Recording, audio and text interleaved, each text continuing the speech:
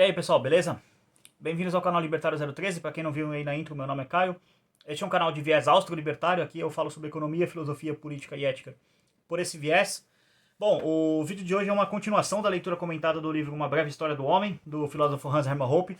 Hoje eu vou fazer a leitura comentada do capítulo 1 e amanhã, no caso, esse vídeo está sendo liberado no sábado, no domingo vai ter a leitura comentada do capítulo 2 e do capítulo 3, então serão 4 partes ao total. Eu já soltei a leitura comentada do capítulo introdutório, né, a introdução do livro, então link na descrição, na verdade de toda a playlist, e os links padrões quando eu faço leitura comentada, que são os links para compra do livro, download, e algumas outras leituras comentadas também que eu deixo como sugestão.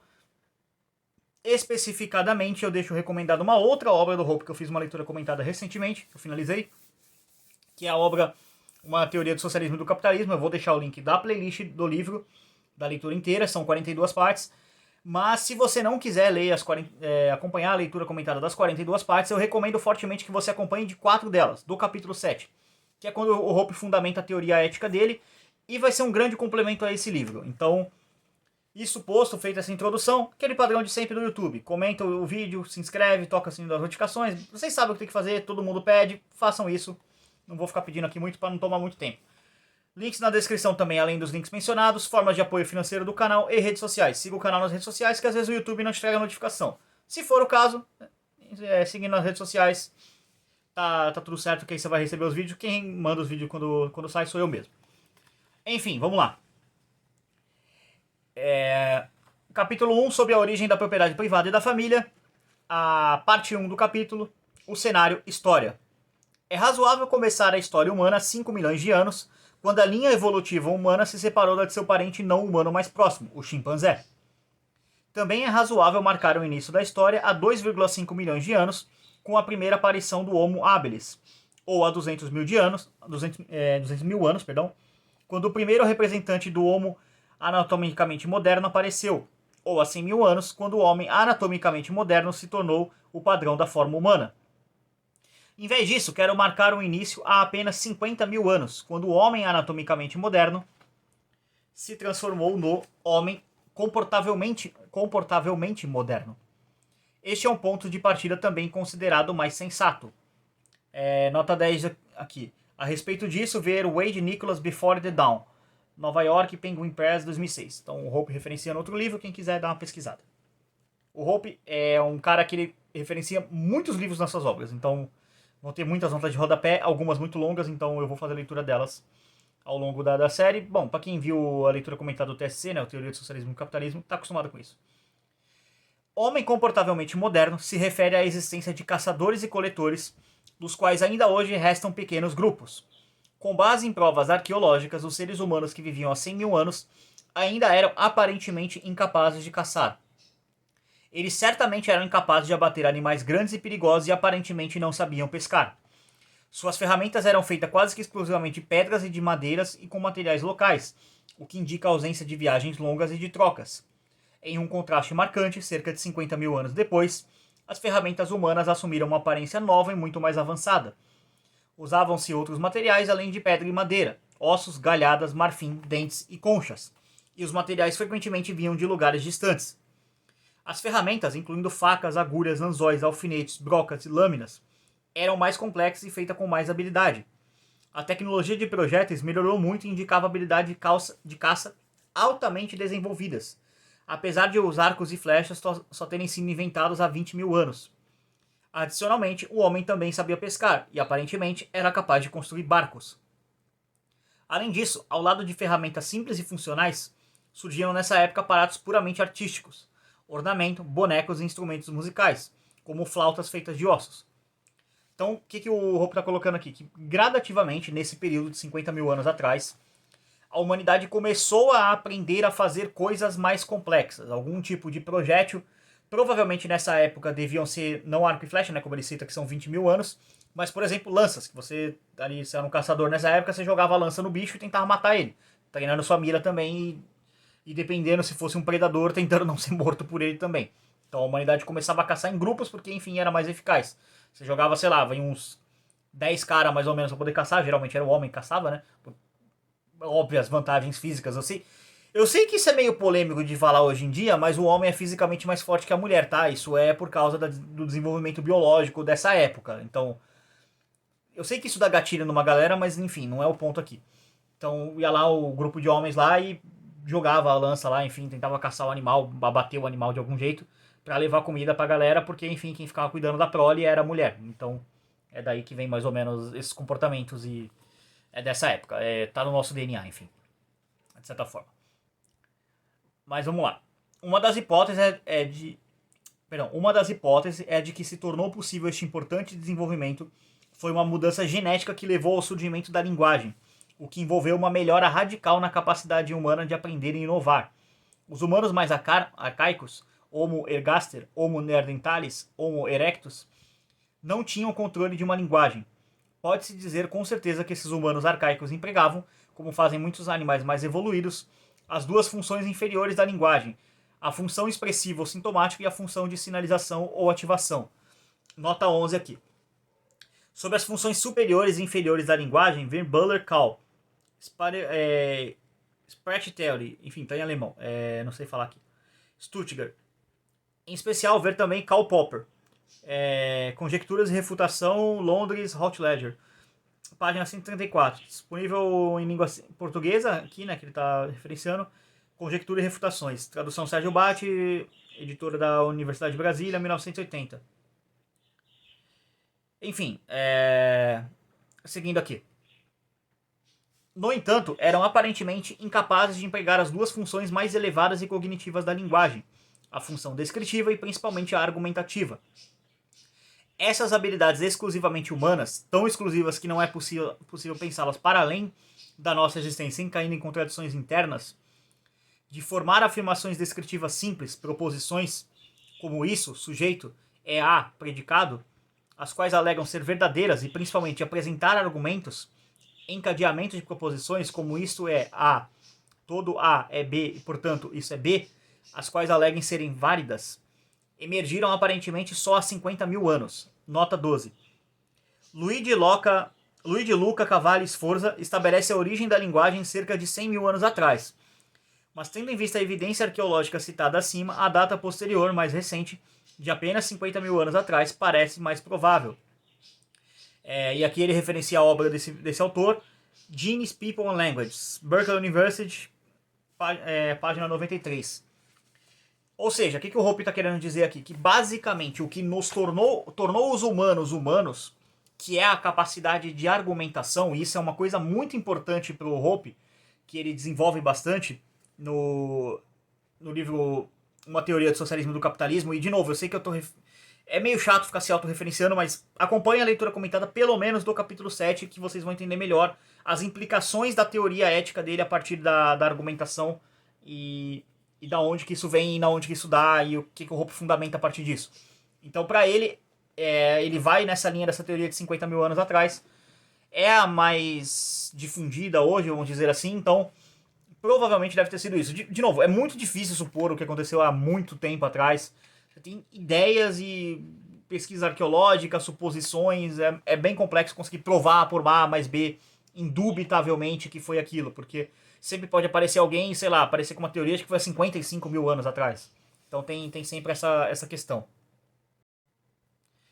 Mas nota que, assim, apesar a capacidade de comunicação ela foi muito importante para o desenvolvimento da humanidade. Porque, primeiro, você passa a conseguir se comunicar de maneira efetiva com os seus semelhantes, os seus pares humanos. Então você consegue, por exemplo, numa caça, você consegue desenvolver algum tipo de estratégia para tentar bater o animal, ao invés de ser só tipo um bando de maluco proto-humano ali pulando, tentando matar o bicho, entendeu? Sei lá como que era os proto-humanos, mas eu imagino que o comportamento deles era mais parecido com o de chimpanzés do que de humanos, e o chimpanzé ele é meio arisco, assim, entendeu? Então tem essa questão. Aqui eu tô falando do chimpanzé mesmo, o animal, né? Como que ele é hoje. E a gente sabe que o ser humano ele veio de um ancestral em comum do macaco. Não quer dizer que o ser humano tenha vindo do macaco, mas tipo assim, veio aquele ancestral comum, aqui virou macaco, aqui virou humano. Então foi basicamente isso. Eu espero que o YouTube não implique por eu estar falando macaco no sentido do animal, enfim. Eu só vou saber quando eu mandar esse vídeo, enfim. Mas vamos lá, vamos seguir aqui. Sem a linguagem, a coordenação humana tinha de ocorrer por meio de instinto, no quais os humanos possuem pouco, ou por meio da manipulação de direcionamentos físicos. E o aprendizado tinha que ocorrer por meio de imitação ou de inferências internas, implícitas. Num contraste marcante com a linguagem, isso é, com as palavras, sons associados e logicamente ligados a certos objetos, conceitos, características, a coordenação podia ser conseguida com símbolos simples, e assim o aprendizado se tornou independente das impressões sensoriais, observações, e as inferências poderiam ser feitas externamente, explicitamente, tornando-se assim intersubjetivamente reproduzíveis e controláveis. Isto é, por meio da linguagem, o conhecimento podia ser transmitido a lugares e a tempos distantes, já não ligado à percepção. Era possível comunicar-se sobre assuntos, conhecimento adquirido e acumulado para além do tempo e do espaço. E como o nosso processo de raciocínio, nossa corrente de pensamento, levando-nos a certas inferências e conclusões, tornou-se objetificado em forma de argumentos externos e intersubjetivos verificáveis. Ele podia não apenas ser facilmente transferido ao longo do tempo e do espaço, mas também, ao mesmo tempo, publicamente criticado, melhorado e corrigido. Não é de admirar, pois, que mudanças tecnológicas revolucionárias surgiram com a emergência da linguagem. Ou seja, algum humano ali, vamos imaginar assim, um humano muito muito arcaico, assim. Vamos tentar fazer esse exercício aqui, eu sei que é difícil. Imagina esse cara, tá na cabeça dele uma ideia que ele vai construir um objeto pontiagudo revolucionário que vai perfurar a pele de um animal. Mas ele não sabe falar. Então ele não sabe chegar para um outro humano e falar para ele, ó, cara, eu tenho essa ideia aqui, vem cá, me ajuda, senta aqui, ó, pega a pedra aqui, fica pulindo ela aqui, até fazer uma ponta, ó, tá vendo? Põe o dedo aqui, tá vendo? É pontiagudo, machuca, a gente amarra isso aqui com uma corda ali de cipó, alguma coisa, põe numa madeira e fica jogando isso aqui no animal até matar ele. Ele não vai conseguir falar isso porque ele não consegue falar. De novo, é um ser humano primitivo, não fala. E aí, quando dá esse start nos humanos, que eles começam a falar, ele consegue chegar para um ser humano e fazer o que eu fiz agora, que é descrever a ideia dele, explicar a ideia dele e falar, olha só, cara, senta aqui. Eu quero fazer isso aqui, tal, preciso de ajuda, tal, me ajuda aqui, não sei o que, pô, tu sabe fazer esse negócio aqui e tal. E aí outros humanos, esses humanos primitivos, vamos dizer assim, eles começam a observar aquilo e você começa a gerar um conhecimento. Através da observação, ou seja, uma parte empírica de você estar vendo alguém fazer, mas você começa, com a linguagem, a conseguir passar o que está na sua cabeça vocalizado para pessoas. Então, isso gera um avanço tecnológico. Mesmo que um avanço tecnológico a gente pode dizer, mas fazer uma lança é fácil. É fácil hoje em dia. Imagina 50 mil anos atrás, como que era fazer uma lança. Fazer, sei lá, algum tacape assim para bater no animal, tentar matar o animal. Ou até, enfim, acabar matando outro ser humano. Que, enfim, humanos matando humanos não é nada fora do normal. Acontece ao longo da história. Então, notem como esse processo da linguagem é muito importante para você conseguir expressar ideias e assim, você poder ser criticado. De repente, vamos voltar para esse exemplo aí de um ser humano tentando desenvolver uma lança. Chega um outro e fala, olha cara, não, essa madeira aqui tá muito frágil. Se você colocar umas 3, 4, 5 madeiras aqui enrolada com corda, fica mais forte, ó, tá vendo? Aí ele pega assim, não quebra, tá? Poderia, eu consigo razoavelmente imaginar esse processo de comunicação acontecendo e melhorias sendo feitas, sabe? Porque esse era o intuito. E, de novo, melhorias que eram benéficas para todo mundo. Você está, de certa forma, mesmo de uma forma rudimentar, aumentando a produtividade da mão de obra e fazendo as pessoas produzirem. É aquele exemplo do Rothbard, aliás, no que ele faz no Ética da Liberdade, do Robinson Crusoe numa ilha. Que é basicamente o Robinson Crusoe tentando pegar peixe com a mão, ele não consegue. Aí ele começa a desenvolver um tipo de lança primitiva, começa a jogar no peixe, e aí ele consegue matar mais peixe para poder produzir alguma coisa para ele comer. Então ele precisa de 3 peixes por dia, ele passa a comer 2, guarda um pro dia seguinte para ele não precisar trabalhar tanto e começa a desenvolver uma casa, enfim. E o Rothbard ele desenvolve toda uma complexidade de mercado a partir de um sujeito isolado numa ilha, o que é um exemplo brilhante para você entender mercado. É muito bom mesmo. Mas enfim, vamos seguir aqui. Há cerca de 100 mil anos, estima-se que a população dos homens modernos, nossos antecessores imediatos, fossem de aproximadamente 50 mil indivíduos espalhados pelo continente africano e mais ao norte pelo Oriente Médio, na região onde hoje é Israel. Entre 80 e 70 mil anos atrás, a Terra enfrentou um período de resfriamento significativo. Como consequência, os neandertais que viviam na Europa e ao longo de vários milênios se adaptaram a climas frios tiveram que se mudar para o sul, onde enfrentaram e aparentemente destruíram os parentes africanos em larga escala. Além disso, um período extenso de seca que teve início há cerca de 70 mil anos tirou do homem moderno boa parte de sua base de subsistência, tanto que há 50 mil anos a população de homens modernos não passava de 5 mil indivíduos confinados no nordeste da África. Isso aqui é uma parte bastante importante. Vou comentar aqui a nota 14 rapidão. Nicholas Wade, de novo, ele está citando esse livro. A estimativa de Kavir e esposa é de consideravelmente maior, 50 mil. E, de novo, Genes, People and Language. Ele está citando esses dois livros. Isso aqui é uma parte muito importante. Recentemente, eu vou ver se eu acho algum artigo sobre isso e eu vou deixar na descrição. Foi descoberto que houve interações sexuais, vamos dizer assim, de fazer filho, no sentido mais expresso da palavra. Não vou falar muito disso porque o YouTube talvez não goste do termo, mas interações, vamos chamar de interações sexuais entre esses humanos modernos e neandertais. E o homem neandertal, ele é mais, como ele é essa nova espécie que foi descoberta, ele é mais baixo e ele é mais parrudão, assim, mais maromba, vamos dizer assim. Ele é mais corpulento, sabe? Então, ele viver na Europa, quando ele veio pra África, migrou, teve esse conflito, mas também não foi só conflito. A teoria que tem, que o pessoal formulou, até analisando a genética de outras pessoas, e assim, inventaram uma máquina. Isso é uma coisa até curiosa. O Ozzy Osbourne, sim, o cantor, o Ozzy Osbourne, do Metallica, do Black Sabbath, ele cantou uma vez também com Metallica, na carreira solo dele, enfim. Ele é um dos humanos que foi mapeado o genoma humano dele. Então descobriu todos os genes, os antepassados dele, e ele, se eu não me engano, ele é 20% parte neandertal. É muito louco, sabe? Tipo, a galera que inventou essa máquina de mapear o genoma humano, foram poucas pessoas, tá, que foram mapear o genoma humano. Ela era fã do Ozzy Osbourne e queria entender por que o Ozzy, depois de usar tanta droga, não morreu. E aí mapearam o genoma do cara e descobriram que ele tem uma resistência a substâncias ilícitas, vamos dizer assim, sei lá, substâncias, corpos estranhos ao corpo, tipo droga, álcool, essas coisas, por causa do DNA neandertal dele. Basicamente ele é quase como se fosse assim, tipo um meta-humano, vamos dizer assim. Ele é um humano mais resistente a álcool, essas coisas. O que é bizarro, mas enfim, o Ozzy teve o mapa dele nomeado, e o genoma dele decodificado, e com isso descobriu, não só por ele, mas por outros indivíduos que tiveram, que houve interações sexuais entre humanos e neandertais. Então, parte da humanidade que está por aí, ela tem esse passado neandertal.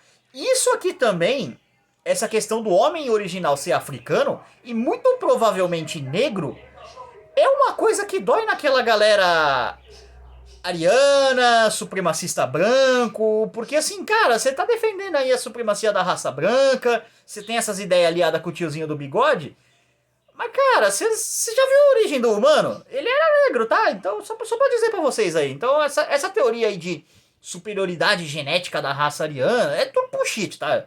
O homem mesmo, eu provavelmente, assim, se for voltar lá pra trás lá, apesar de eu ser branco, meu antepassado 50 mil anos deve ser negro, então não tem muito embasamento científico isso aqui não, tá? É pseudociência isso aí do supremacismo branco, essa coisa, enfim. É só burrice dessa galera. Mas enfim, feito esse parágrafo longo aí, vamos seguir. No entanto, a partir daí a ascensão dos humanos modernos foi contínua, disseminando-se pelo globo até acabar com todos os parentes arcaicos. Acredita-se que os últimos neandertais, escondidos em cavernas perto de Gibraltar, foram extintos há 25 mil anos. Ou seja, houve coexistência entre humanos e neandertais durante um período longo, 25 mil anos pelas estimativas. É bastante coisa. Os últimos exemplares do Homo erectus encontrados na ilha indonésia de Flores remontam a cerca de 13 mil anos. Então, você vê que não é assim, um foi extinto e o outro surgiu. Não, havia uma intersecção ali, vamos dizer, de indivíduos, de diferentes espécies de humanos. Os humanos modernos viviam como caçadores e coletores nômades. As sociedades eram compostas por grupos pequenos de 10 a 30 pessoas, as quais se encontravam ocasionalmente e formavam um agrupamento genético de 150 pessoas, o qual podia chegar até 500 pessoas, tamanho que os geneticistas consideram necessário para evitar efeitos digênicos. Nota 15.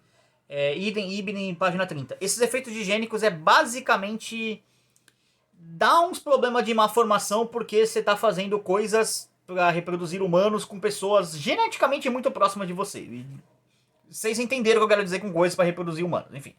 Não vou arriscar falar a palavra aqui porque pode ser que o YouTube não goste. Mas vamos lá. A divisão do trabalho era limitada, ocorrendo principalmente entre mulheres, agindo em geral como coletoras, e homens, agindo sobretudo como caçadores.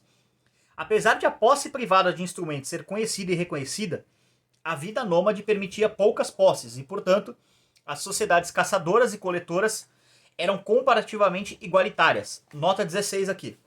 O igualitarismo das sociedades caçadoras e coletoras não deve, no entanto, ser excessivamente enfatizado ou idealizado.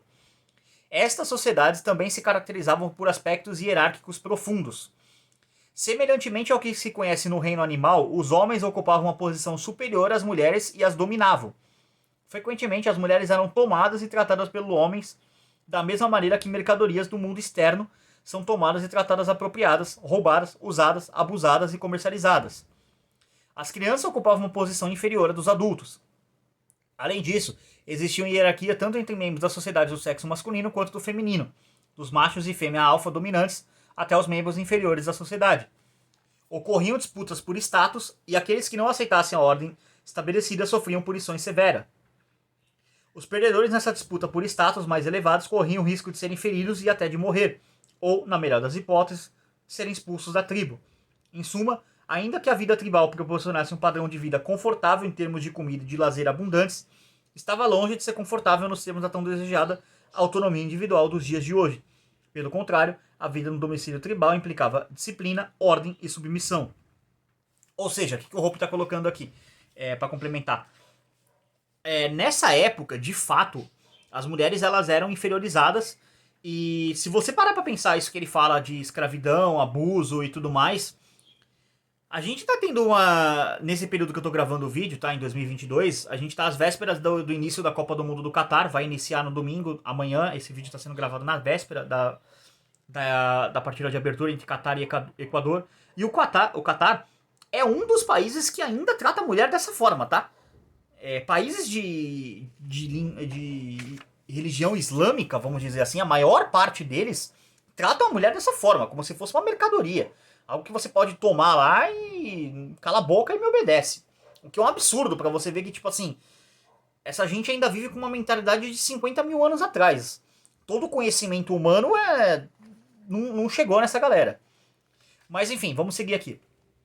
Apesar disso, inicialmente a vida parece ter sido boa para nossos ancestrais. Nota 17. Richard DeVoe. Man the Hunter, Chicago Aldine, 1968. E aí aqui ele cita outro cara, Marvin Harris, Cannibal and the Kings, As Origens da Cultura. Especial capítulo 2. Então quem tiver curiosidade, vai lá. Poucas horas de trabalho permitiam que se tivesse uma vida confortável, com boa nutrição, altamente proteica e muito tempo livre. Na verdade, fósseis, esqueletos e dentes parecem indicar que nossos ancestrais caçadores-coletores tinham uma expectativa de vida que excedia os 30 anos, algo que só foi conquistado novamente no decorrer do século XIX. Nota 18. Esta afirmação, no entanto, refere-se apenas à vida de caçadores e coletores durante períodos de paz.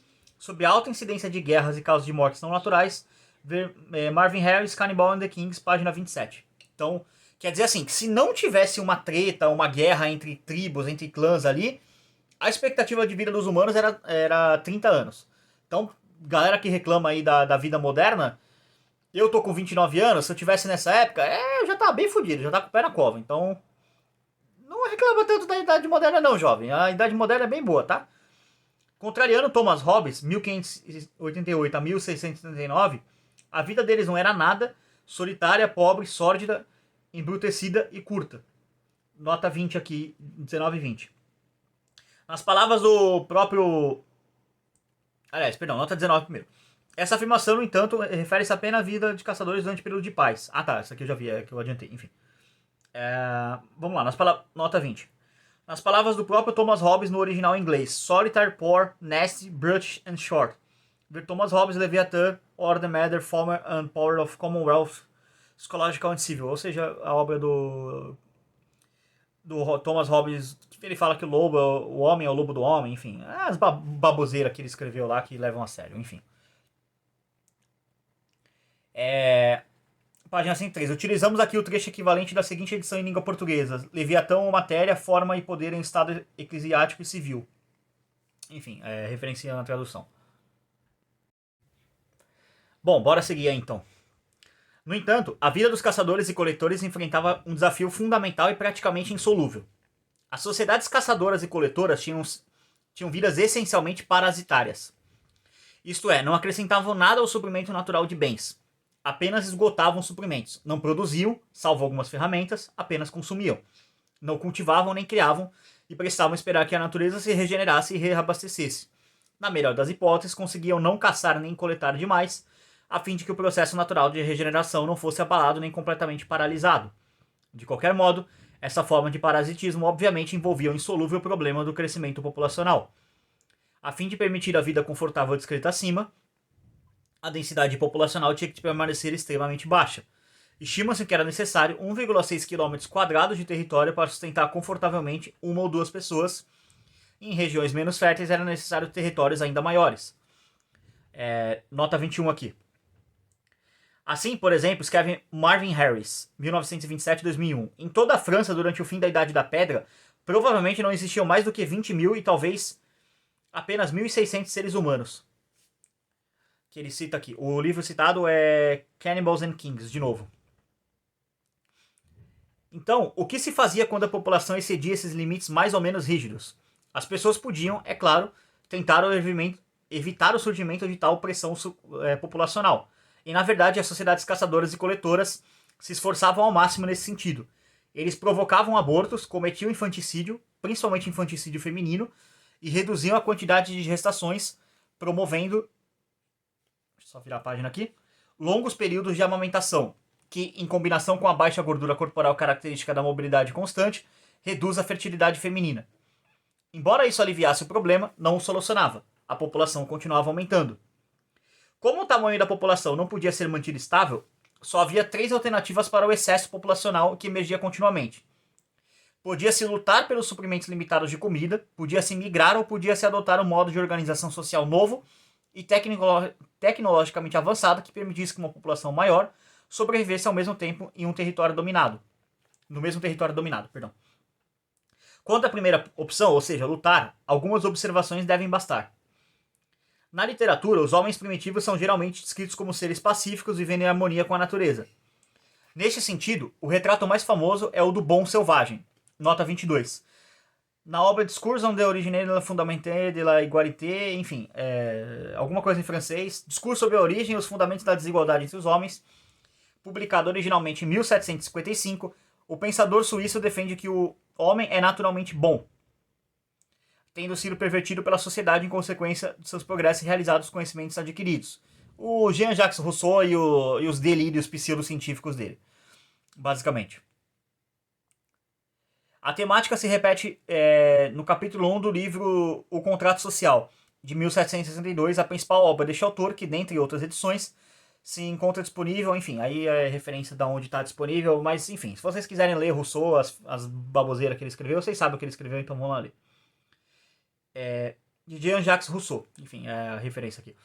As agressões e a guerra, disse com frequência, são resultados da civilização criada a partir da instituição da sociedade privada. Na verdade, a situação é praticamente o oposto, nota 23. Nicholas Wade de novo, Before the Dawn, e o capítulo 8, página 150 a 154, a citação aqui. E como também citação complementar, Lawrence Keeley, War Before Civilization, Guerra Antes da Civilização. Vamos lá. Sim, a violência das guerras modernas produziu uma carnificina sem precedentes. Tanto a Primeira Guerra Mundial quanto a Segunda Guerra Mundial, por exemplo, resultaram em dezenas de milhões de mortos e deixaram países inteiros em ruínas.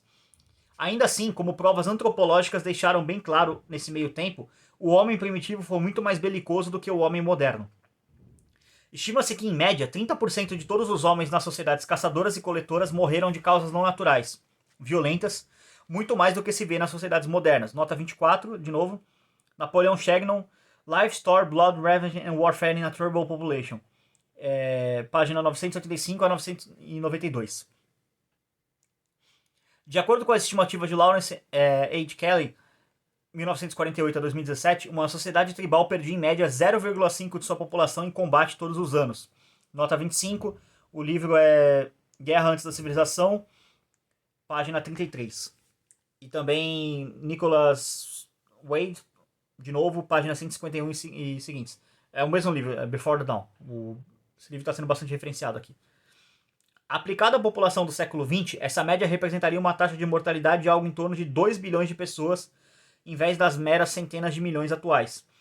É claro que a guerra primitiva era muito diferente da guerra moderna. Não era realizada com exércitos tradicionais em campos de batalha, e sim com saques, tocaias e ataques surpresas. Mas todos os ataques eram caracterizados pela brutalidade extremas, executados sem misericórdia e sempre com resultados fatais. E apesar de a quantidade de pessoas mortas nos ataques ser reduzida, o caráter incessante desses encontros agressivos tornava a morte violenta um perigo constante para o homem comum e sequestro e estupro para todas as mulheres. Nota 26. Ver também Steven LeBlanc, Constant Battle e da editora St. Mark Press. Foi lançado em 2003 esse livro. Além disso, há cada vez mais provas da prática disseminada do canibalismo. Na verdade, parece que o canibalismo já foi uma prática quase universal. Nota 27. De novo, o Before the Dawn sendo referenciado. Página 154 a 58. Ao contrastar a ferocidade dos homens primitivos com os modernos, Wade, segundo Kirley, observa: quando guerreiros primitivos deparavam com as tropas de sociedades civilizadas em combate aberto, frequentemente as derrotavam, apesar da imensa diferença entre os armamentos utilizados. Nas guerras contra os indígenas, o exército dos Estados Unidos costumava sofrer derrotas severas quando os enfrentava em terreno aberto, como ocorreu contra os Seminoles em 1864, como na Batalha de Little Bighorn.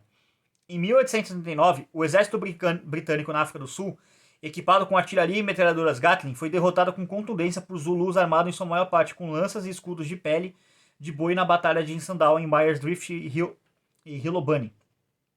Os franceses foram repelidos pelos Tuaregs do Saara na década de 1890. Os exércitos desses estados só conseguiram prevalecer, no fim, devido a um número maior de soldados de campanhas de desgaste, e não a uma habilidade superior em combate. Página 152 é onde está essa citação. Mas enfim, vamos seguir aqui, do Before the Dawn de novo.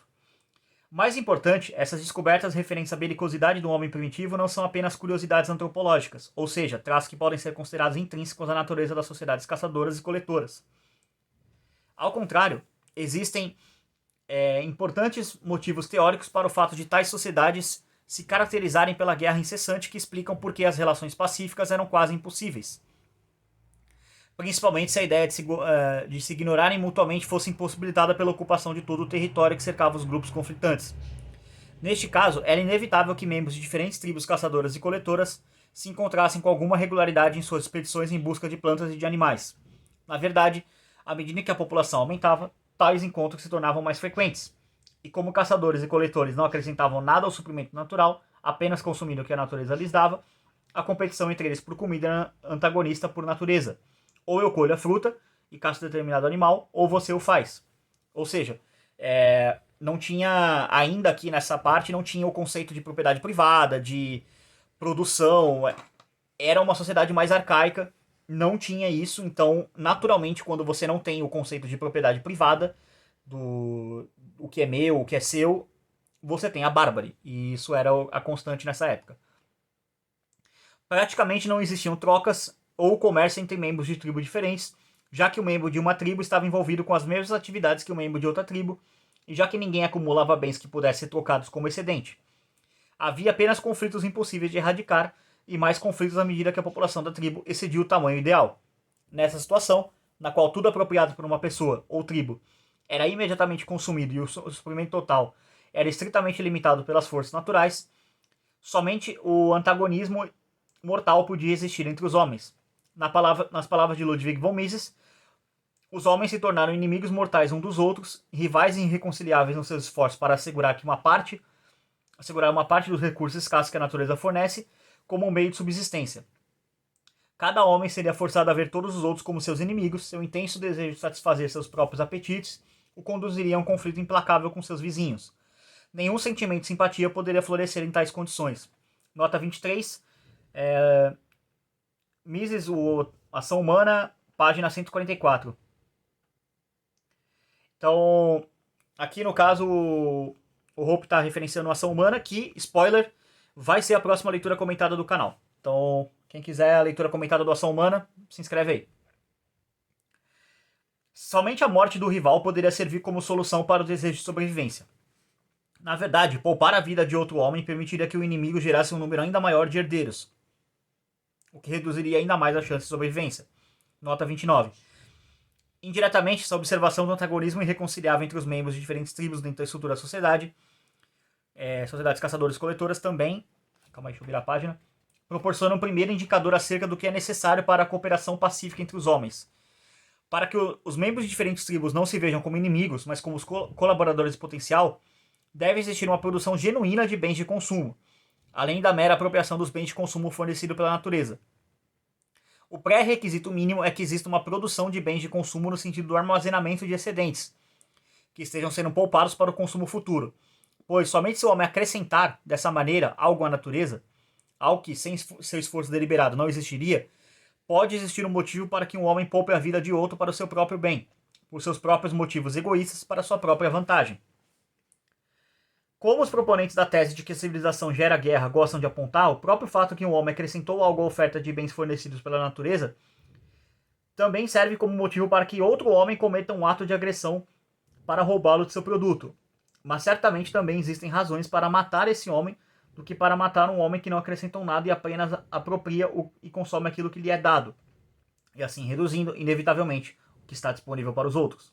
Além disso, na medida em que um homem acrescentar algo ao total da oferta de bens disponíveis, também existe uma razão para que outro homem não interfira em suas atividades, mas, em vez disso, deixe-o prosseguir e se beneficie dele e sua atividade ao realizar com ele trocas comerciais mutuamente benéficas e, por consequência, desenvolver sentimentos solidários com seu semelhante. Desse modo, embora a civilização não elimine os impulsos agressivos dos homens, pode diminuí-los e atenuá-los, e de fato o faz. Ou seja, o que essa nota está querendo dizer aqui? Embora haja essa tendência de comportamento violento do homem, e isso é inegável, esse instinto de violência, quando você tem o mercado, o capitalismo, cooperação social, essas coisas, que é basicamente o que foi descrito aqui, essa tendência violenta se atenua, ou até praticamente some. O que leva um homem ao crime, à bárbara e à agressão sistematizada é o desejo violento. Então, se isso é erradicado, isso é diminuído, esse incentivo é tirado de cena, bom, a gente tem uma grande cooperação social entre indivíduos. Isso é o que acontece hoje em dia, infelizmente não de maneira perfeita, porque a gente ainda tem uma praga chamada Estado que parasita as pessoas e incentiva a violência entre indivíduos. Se não fosse Estado, a gente já estaria, enfim, muito mais desenvolvido. Mas enfim, seguindo. A segunda possibilidade de lidar com um problema cada vez maior do excesso populacional era a migração. Apesar de custosa, afinal, tinha-se de abandonar territórios conhecidos em busca de territórios desconhecidos, a migração, em comparação com as guerras, deve ter sido evocada frequentemente como uma opção menos prejudicial, principalmente se existisse uma fronteira por explorar. Assim, a partir de sua terra natal no leste da África, o mundo todo acabou conquistado por grupos de pessoas que se afastavam dos parentes a fim de formar novas sociedades em regiões até então desocupadas por humanos. Parece que esse processo teve início há cerca de 50 mil anos, pouco depois do surgimento do homem comportamentalmente moderno. Comportamentalmente moderno.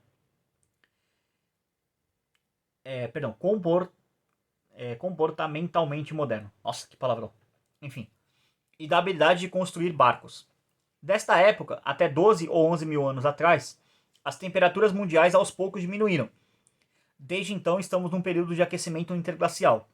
E os níveis dos mares também diminuíram. Nota 30. Na realidade, o último grande período de aquecimento, também chamado de período interglacial, já havia terminado há cerca de 120 mil anos. Durante esse período, isto é, há mais de 120 mil anos, hipopótamos habitavam a região do Reno e o Tâmisa e o norte da Europa tinham uma espécie de aparência africana. A partir de então, as geleiras avançaram progressivamente para o sul e o nível do mar acabou recuando em mais de 100 metros. O Tâmisa e o Elba tornaram-se afluentes do Reno antes que este desaguasse no Mar do Norte e de lá no Atlântico. Ver Joseph Reichel, enfim, está em alemão, página 155 seguinte. Quando esse período terminou, de maneira muito repentina, há 12 mil anos, as geleiras é que recuaram rapidamente e o nível do mar subiu, não em milímetros por ano, mas muito rapidamente, de maneira semelhante a uma enchente. Dentro de um período de tempo muito curto, a Inglaterra e a Irlanda, que estavam até então ligadas ao continente europeu, tornaram-se ilhas. O Mar Báltico e boa parte do atual Mar do Norte surgiram. Da mesma forma, boa parte do Golfo Pérsico atual data desse período. E aí ele cita de novo que, para ver esse livro, página 49. Então é uma obra em alemão, eu não vou arriscar falar alemão. Enfim, quem quiser ver, página 39. Enfim, vamos seguir aqui. As pessoas cruzaram o Mar Vermelho pelo Portão das Lágrimas, que então era um mero curso estreito d'água pontuado por ilhas, a fim de chegar à Península Arábica, que tinha um período de chuvas comparativamente maior na época. A partir daí, preferindo permanecer em zonas tropicais às quais se ajustaram, os migrantes, um grupo de talvez não mais de 150 pessoas, continuaram rumando para o leste. Viajavam principalmente em barco, porque até 6.000 anos atrás, quando o homem aprendeu a domar cavalos, aquele tipo de transporte era mais rápido e conveniente do que viajar a pé. Portanto, a migração ocorreu ao longo da costa, e a partir daí avançou para o interior, adentrando os vales fluviais, primeiramente até a Índia. A partir daí, como provas genéticas parecem indicar, o movimento populacional se dividiu em duas direções. Um grupo percorreu a península indiana rumo ao sudeste da Ásia, e Indonésia, que estava ligado ao continente asiático, e finalmente ao recém-descoberto continente Sahul, composto por Austrália, Nova Guiné e Tasmânia, que estavam unidas até 8.000 anos atrás, que até então se separava do continente asiático por um canal de apenas 96 km pontuados por ilhas, que permitia a travessia de curta distância de uma ilha a outra e também rumo ao norte pela costa da China até o Japão. Por outro lado, o processo migratório a partir da Índia seguiu para o noroeste, através do Afeganistão, do Irã, da Turquia e, por fim, da Europa. Este grupo se subdividiu, indo para o nordeste até o sul da Sibéria. Migrações posteriores, provavelmente em 3 ondas, a primeira delas há cerca de 11 ou 12 mil anos, atravessaram o Estreito de Bering, na época, há cerca de 11 mil anos, uma ponte terrestre até o continente americano, aparentemente chegando à Patagônia somente cerca de 1.000 anos depois. Descobertas arqueológicas de restos humanos no sul do Chile têm 12,5 mil anos. A última rota migratória partiu de Taiwan, que foi ocupada há 5 mil anos, cruzando o Pacífico e chegando às Ilhas Polinésias, e finalmente, há cerca de apenas 800 anos, a Nova Zelândia. Nota 31. Para maior detalhes, vê Nicholas Wade, de novo Before the Dawn sendo referenciado.